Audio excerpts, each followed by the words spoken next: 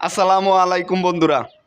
বাংলাদেশ এবং ইন্ডিয়ার মধ্যকার যে ফুটবল ম্যাচটা হবে এশিয়ান বাছাই পর্বের, সেটা কিন্তু হাই ভোল্টেজ একটা ম্যাচ হবে বঙ্গবন্ধু স্টেডিয়ামে। তা আপনারা কিন্তু সবাই দেখতে যাবেন ম্যাচটা। আর বিশেষ করে আমরা কিন্তু এক্সাইটেড যে বাংলাদেশ কিন্তু ম্যাচটা জিতবে এবং জিতার জন্য কিন্তু বাংলাদেশ মাঠে নামবে। আর বাংলাদেশের সাম্প্রতিক যেই ফর্ম খুবই ভালো।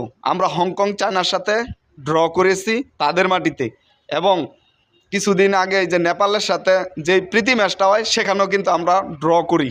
তা আশা করব আমরা ইন্ডিয়ার সাথে 2-0 ব্যবধানে ম্যাচটা জিতব। দেখেন বন্ধুরা, আমরা প্রথমে পিছিয়ে থেকে যেভাবে পরপর 2টা গোল আমরা দিতে পেরেছি নেপালকে, কিন্তু শেষ দিকে এসে আমরা সেই টাইমটা ধরে রাখতে পারি না, যার কারণে ম্যাচটা ড্র হয়। আমরা প্রায় প্রতি ম্যাচেই এই শেষের দিকে এসে গোল খাই। এখান থেকে আমাদেরকে বের হতে হবে। আর মূলত যে কথা সেটা হলো যে বাংলাদেশ আজ চাইবে যে ইন্ডিয়াকে হারাইতে, আর বাংলাদেশ জিতার জন্যেই মাঠে নামবে। সাম্প্রতিক যেই ফর্ম এটাই কথা বলে। আর ইন্ডিয়ার সাথে আমরা খুব ভালোভাবে জিতবো। আর ইন্ডিয়া, জামাল ভুঁইয়া একটা প্রেস কনফারেন্সে বলে যে ইন্ডিয়ার সাথে নাকি অনেক বকাবকি হয়। এটা শুনে আমার অনেকটা হাসি পাইছে।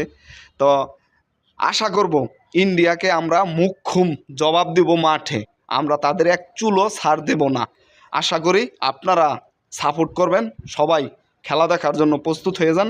আর মাত্র অল্প কিছুক্ষণ পরেই ম্যাচটা শুরু হবে।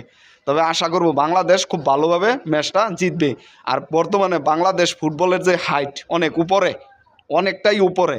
আর বাংলাদেশের ফুটবল নিয়ে কিন্তু এখন মানুষ ঘরে ঘরে কথা বলে, বাজারে কথা বলে, সব জায়গায় কথা বলে যে বাংলাদেশের ফুটবল এগিয়ে যাক, ভালো করুক। কিন্তু বন্ধুরা, একটা সিন্ডিকেট আছে, সেটা কিন্তু এখনও নষ্ট হয় নাই। এই সিন্ডিকেটটা যেদিন ধ্বংস হবে না, সেদিন বাংলাদেশ আর অনেক ভালো করবে। আর বাংলাদেশের হামজা দেওয়ান চৌধুরী আসার পর থেকে ফুটবলের যে হাইটটা এত পরিমাণে বাড়ছে যেটা বলার মতো না। সৌমিত সোম অসাধারণ খেলে ভাই, সে আসাতেও অনেকটা ভালো হয়েছে। তো জায়ান আহমেদ যে তরুণ একটা খেলোয়াড়, তার যে খেলা, তার যে প্রতিভা খুব ভালো। আজকে হয়তো আমরা ফাহমিদুলকে দেখব। তারপরে জামাল ভুঁইয়া, সে তো আছেই, অসাধারণ খেলা খেলে ভাই, তার কথা না বললে নয়। সে বাংলাদেশের অধিনায়ক। তো আশা করব সবাই খেলাটা দেখবেন, উপভোগ করবেন এবং বাংলাদেশকে বেশি বেশি সাপোর্ট করতে হবে মাঠে গিয়ে। তাহলে বন্ধুরা বাংলাদেশ জিতবে। আজ আমার মনে হয় আপনারা নৈরাশ হবেন না। আজ বাংলাদেশ জিতবে ইনশাল্লাহ জিতবে আজ বাংলাদেশ। আসসালামু আলাইকুম, সবাই ভালো থাকবেন।